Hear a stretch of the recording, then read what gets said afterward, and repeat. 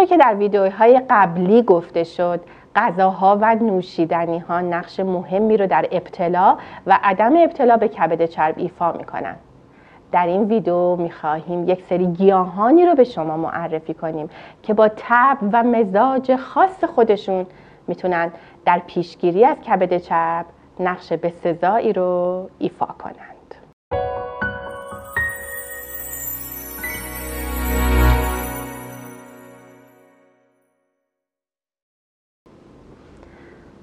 از جمله گیاهان شگفت‌انگیز موجود در طبیعت گیاه گزن است که با طبع و مزاج گرم و خشک خود میتونه اثرات فوق‌العاده‌ای روی بدن داشته باشه.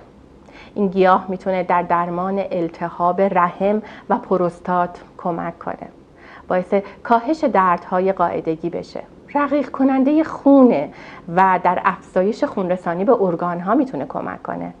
این گیاه خاصیت آنتی باکتریال یا ضد میکروبی قوی داره و در درمان عفونت‌های رحمی و مجاری ادراری بسیار کمک کننده است. گزنه به دلیل داشتن خاصیت آنتی اکسیدانی و ضد التهابی قوی خودش میتونه به بهبود التهاب کبد چرب کمک کنه. این گیاه با افزایش تولید صفرا به دفع سموم و چربی‌ها از کبد کمک کرده و همچنین با خاصیت ضد التهابی خود میتونه التهاب کبد رو که در کبد چرب شایع است کاهش دهد.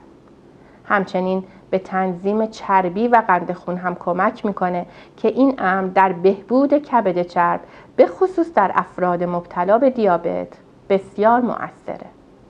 میوه به سرشار از فیبر، پروتئین، اسیدهای آمینه، انواع ویتامین ها و اسیدهای عالی فراوانه. این گیاه با کاهش چربی تریگلیسیرید و کاهش کلسترول بد در خون میتونه از ابتلا به کبد چرب جلوگیری کنه.